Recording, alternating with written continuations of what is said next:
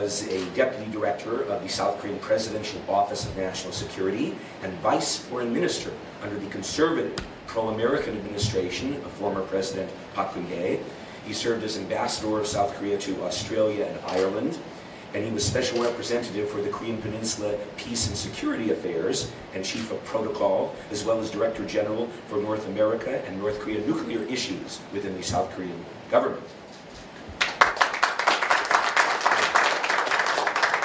Next to Ambassador Cho is an individual you probably recognize if you ever watch Fox News, and that is Gordon Chang, who has been an attorney and is a well-known columnist and Fox News commentator, who's published several books on East Asian affairs and is an expert on those types of topics. And he also happens to be an ACU Foundation board member. So we'll all give a big hand to him.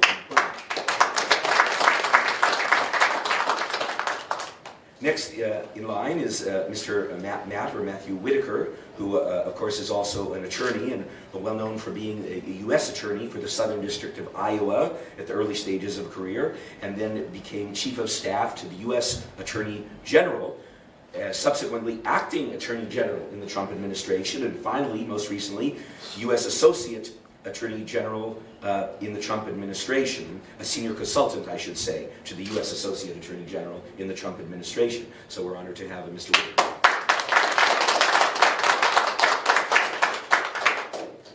Next to Mr. Whitaker is another guest we have from my home state out in California, Mr. John Cha, who's a commentator and writer on South Korean politics. He happens to be an award-winning translator of Korean literature and poetry into English, and he's a biographer of several U.S. and ROK leaders. He's also a board member of the Intercultural Institute of California. Welcome, Mr. Chan. And finally, on the far left, and not ideologically speaking, of course, we have former two-star general retired Han Song-ju, president of the Korea Recovery Coalition, who is currently in the thick of political activism in Korea. He was in charge of Air Force Logistics Command, and he has a particular specialty researching the existence of North Korean infiltration tunnels into the South. So welcome, General.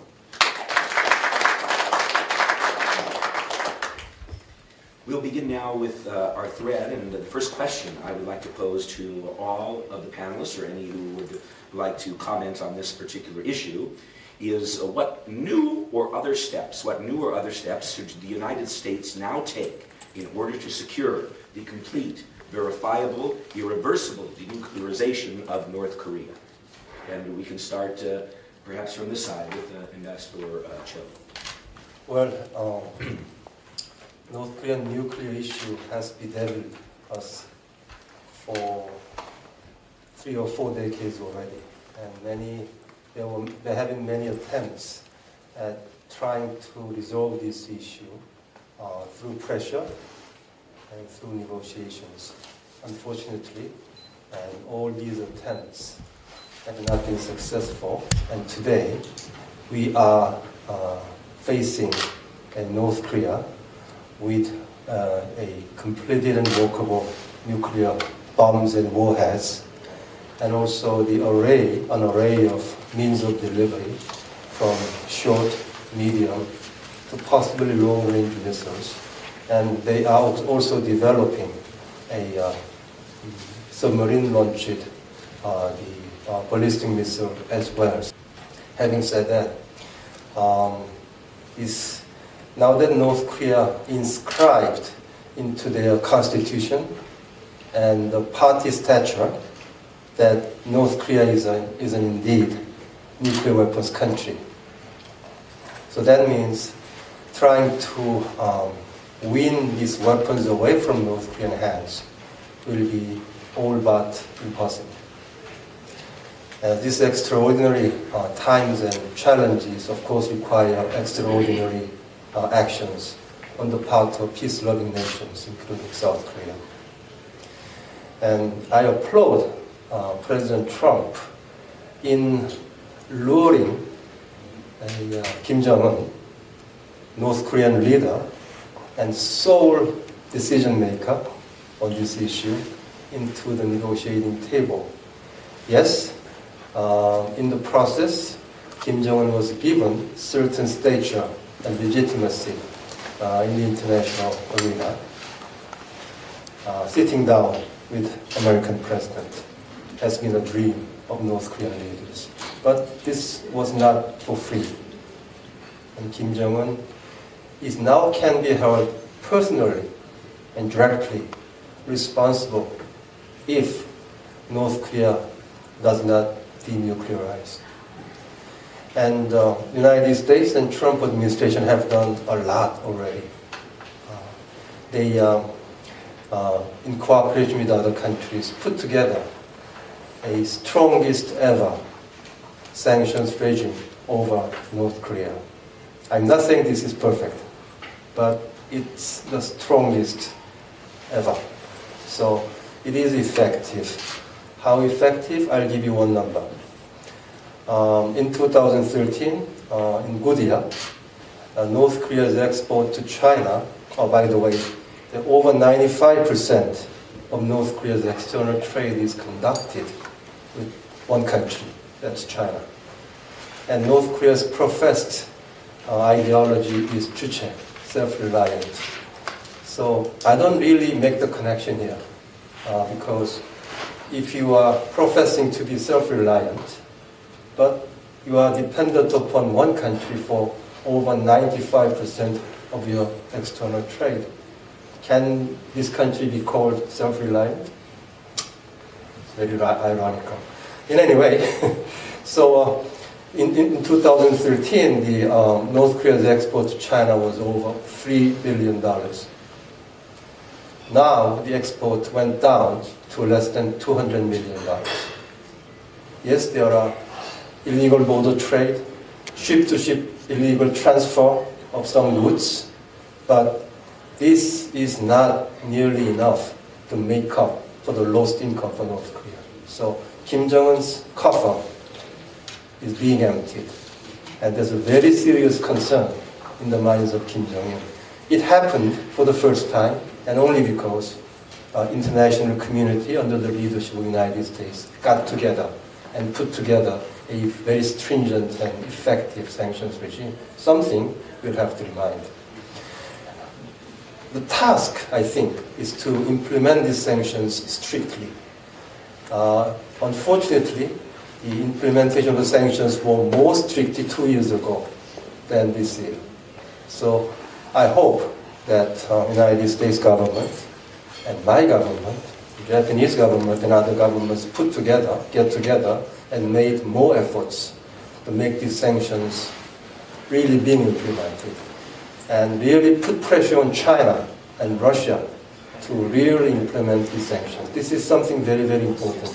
When this happens, then perhaps, very difficult still, but perhaps Kim Jong-un might be forced to come out to talk to the international community about nuclear weapons again, and we might have a better chance to really force Kim Jong-un to choose between a certain prospect of economic demise and very slim chance of taking nuclear weapons away from the hands of North Korea. So more stringent implementation of sanctions is, I think, call of the day.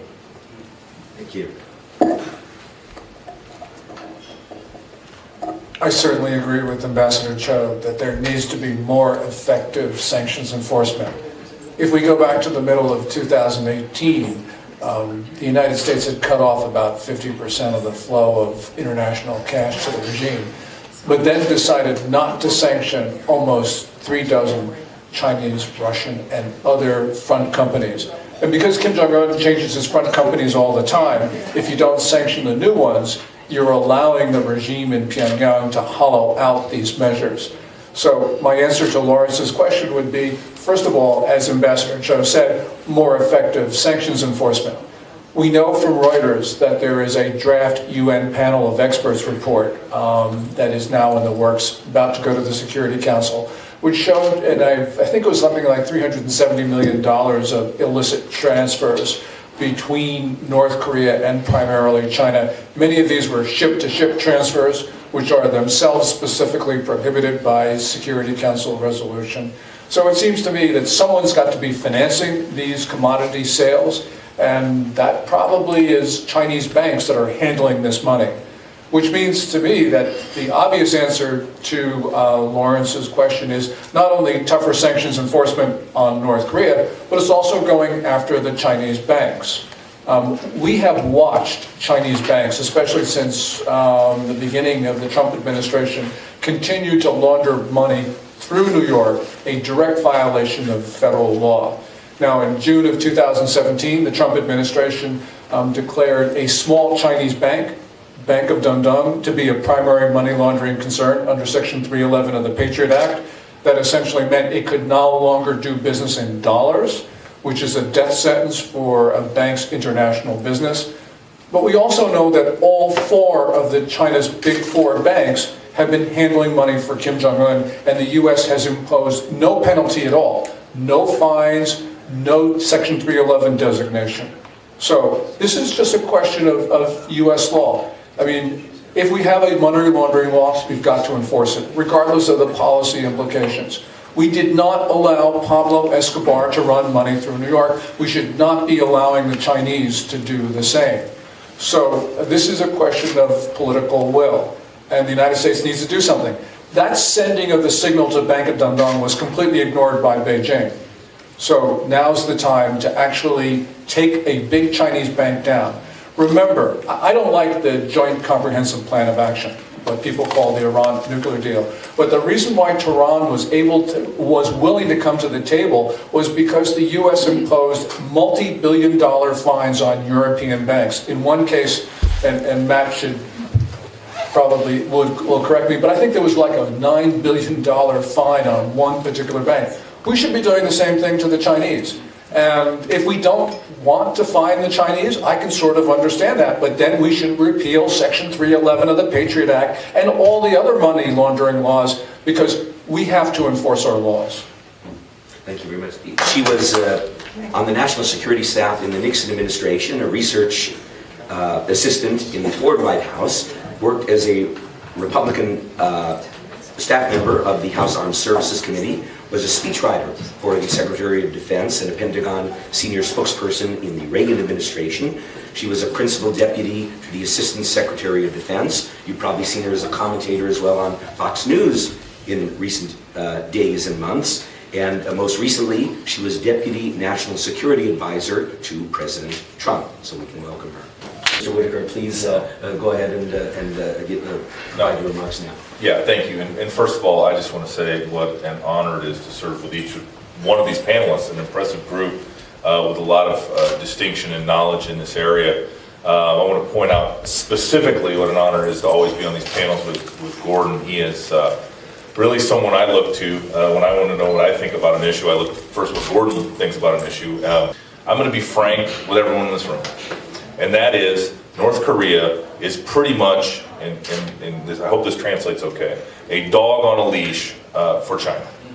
And so we have to, the only way we will get North Korea to give up its nuclear weapons is for China to partner with the United States and all the other freedom-loving countries, and together with the Russians. I don't include them in the freedom-loving countries, but for the world to put the pressure on the Chinese specifically to have because let's be honest, North Korea only survives because of Chinese patronage. Their regime only survives because of the Chinese think it's a useful tool to disrupt and destabilize really the entire Pacific Rim. And so I want to be very frank that for me, especially as it relates to North Korea, we cannot have that discussion, and Gordon and I have talked about this before, we can't have that discussion without holding the Chinese accountable. And I think your point is well made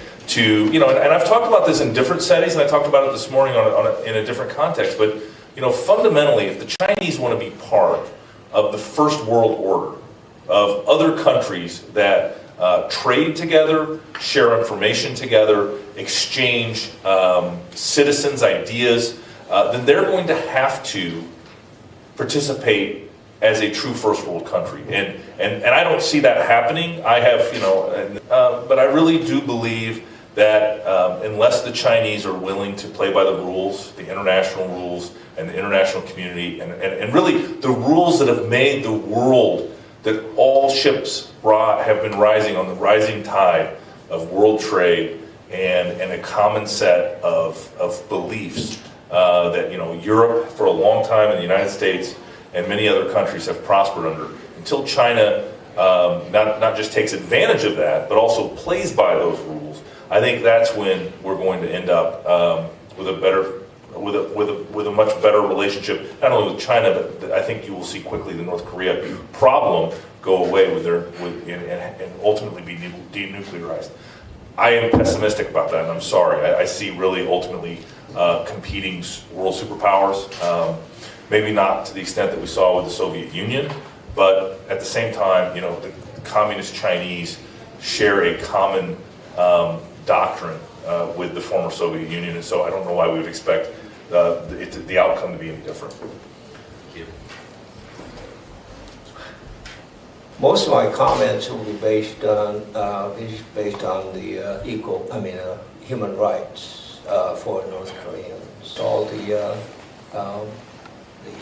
good points, but I want us U.S. to exploit weaknesses of Kim Jong-un and put more pressure on him. And one of these weaknesses is that he is no longer considered a god among North Korean people.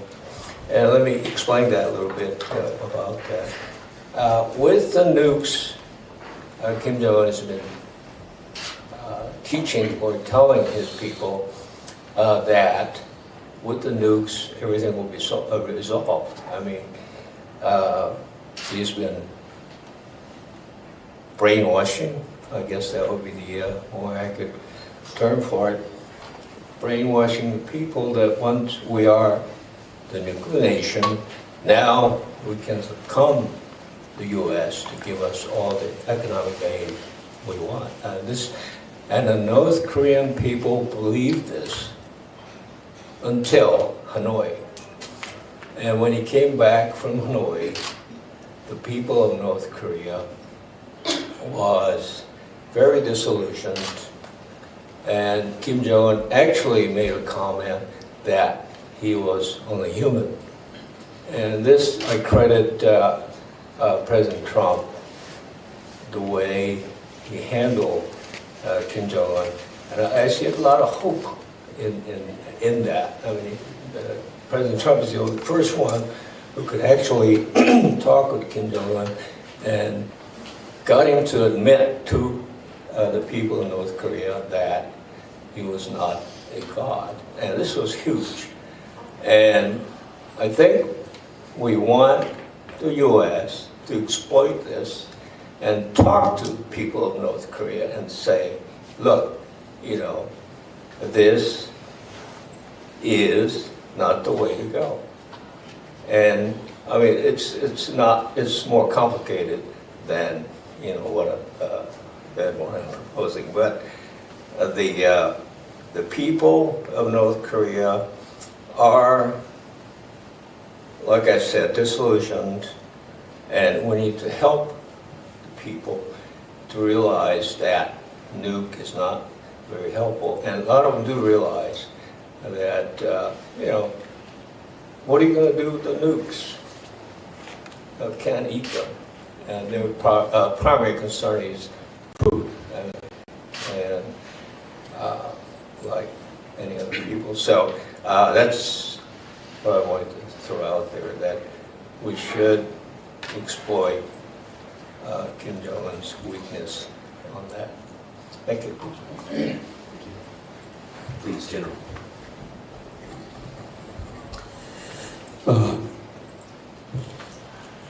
저는 한국 공군 예비역 소장입니다. 지금 코리아 리커버리 코얼리션 대한민국 회복연합의 대표로 있습니다. Hello everyone. My name is Han Sang-ju. I am a former two-star general of the ROKAF, Korean Air Force, and I am spearheading the organization called Korean Recovery Coalition. 김정은이는 시진핑과 연합하고 문재인과 연합해서 북한을 핵 보유 국가로 만드는 노력을 이제까지 해왔습니다. So Kim Jong-un has put so much effort to develop and possess the working nuclear warhead and devices along with Xi Jinping of China and Moon Jae-in in South Korea. 저는 트럼프 대통령의 회담을 통한 디누클리어라이제이션을 지지하지만 그것은 트럼프 대통령님의 본심일 수 없다라고 생각을 합니다. So I heard President Trump saying that the denuclearization of the Korean Peninsula is absolutely necessary, and I agree with him, but I don't think that is absolute intent. 강명도 교수라고 2002년도에 귀순한 고위급 귀순자가 있습니다. 강명도. There is an individual named Kang Myung-do who defected North Korea in 2002. 1월 중순쯤에 그가 방송한 내용을 우리가 주목할 필요가 있습니다. And we probably need to pay attention to what he had to say while his message was being broadcasted. 김정은이가 크리스마스 선물을 트럼프 대통령에게 보낸다고 했는데 20일이 되도록 침묵하는 이유를 알았다. He said he finally understood why there was no messages from Kim Jong-un after 20 days of the message saying that the United States will receive a very special gift on the Christmas day. 지금은 2달이 넘었는데 2달이 넘도록 크리스마스 선물을 못 보내고 있는 이유를 강명도 교수는 이렇게 얘기하고 있습니다. So now it has been about 2 months since the Christmas and America still did not receive any surprise gift from North Korea yet. Now this is what Professor Kang Myung-do had to say about this. 시진핑이가 김정은에게 4월 15일까지 아무 도발도 하지 말고 기다려라 라고 지령을 내렸다는 것입니다. He stated that Xi Jinping had ordered Kim Jong-un not to do anything until this April 15th of this year. 4월 15일은 대한민국의 총선 300명의 국회의원을 다 물갈이하는 총선이 있는 날입니다. As you may know, April 15th is the general election or congressional election in South Korea, which would elect 300 congressmen in South Korea. 4월 15일 날 이해찬이라고 하는 정부 여당의 당 대표는 260석을 가져오겠다고 작년에 호언장담을 했습니다. One of the party leaders, Lee Jae-kam, promised and declared that he would be able to win about 260 seats of the National Assembly. 그것은 300석 중에 86%에 해당되는 의석입니다. So 260 out of 300 seats, that would equal to 86% of the congressional seat. 문재인이가 국가를 경제와 안보를 개판치고 있기 때문에 도저히 이룰 수 없는 86%의 수치입니다. But this 86% seems to be impossible numbers because the current president Moon Jae-in has really messed up the economy and national security of South Korea. 그러나 중앙선거관리위원회를 시진핑과 김정은과 문재인 3자 동맹이 장악하고 있기 때문에 표 훔치기를 통해서 그것을 하겠다고 하는 공언입니다.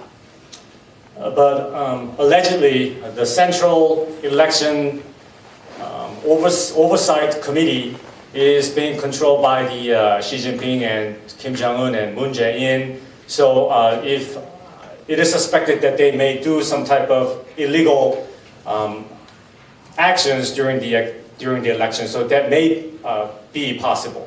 4월 15일이 되면 미국인과 한국인, 트럼프 대통령과 세계의 자유민주주의 리더들이 대한민국이 공산화되는구나 하는 것을 보는 날이 될 것입니다. So I would dare say on April 15, maybe the all-American and Korean, and maybe the President Trump here in America may see that finally, well, at last Korea is becoming a communized somehow. 그때부터 이제 하나님의 방법이 가동할 것이라고 저는 믿습니다. And I believe that that is the time when God, our dear Lord, had to take some type of actions that we cannot do. 따라서 북한의 핵 문제는 인간적인 방법으로가 아니라 하나님의 방법으로 그것이 해결될 줄로 믿고 저희들은 노력하고 있습니다. So I believe that this denuclearization or the nuclear issues with North Korea is something that human people cannot handle really accurately. It is something that only God can solve. 결론적으로 말씀드리면 문재인을 끌어내고 박근혜 대통령을 복귀시켜서 종북 간첩단을 척결하면서 한미 동맹을 강화하는 그 방법이 최종적으로 도래될 것으로 믿습니다. So in conclusion, I would dare say the Moon Jae-in had to step down and former President Park Geun-hye has to be restored. And by restoring the strong reliance between the United States and Korea, that would be the only solution to resolve this denuclearization issues. Thank you very much.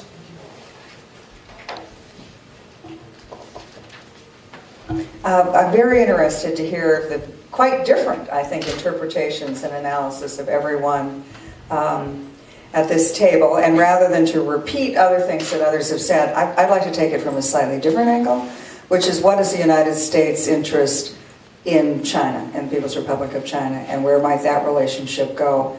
And China, as is every relationship in the world. I do believe, and I know President Trump believes, that the U.S.-Chinese relationship is the most important one for the next 20 years.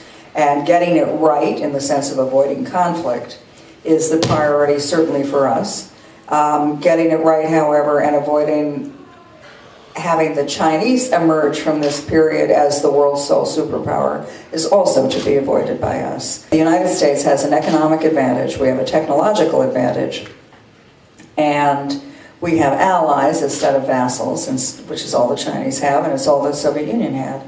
And that if we can first look out after our own interests with China, and that will be our priority, to get that one right.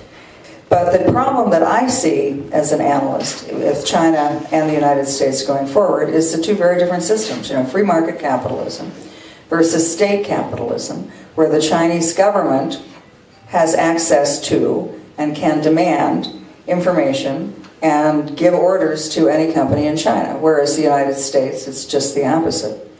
And so are those two economies and two different approaches to life?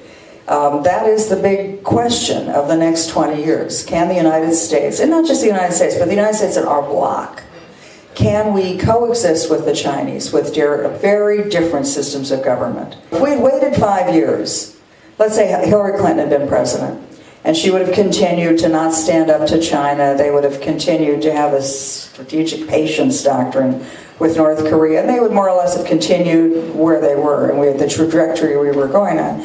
Then I think 5, 7, 10 years from now, the Chinese would be too powerful to challenge. Their economy would be too large. They would have, militarized, I think, the South China Sea.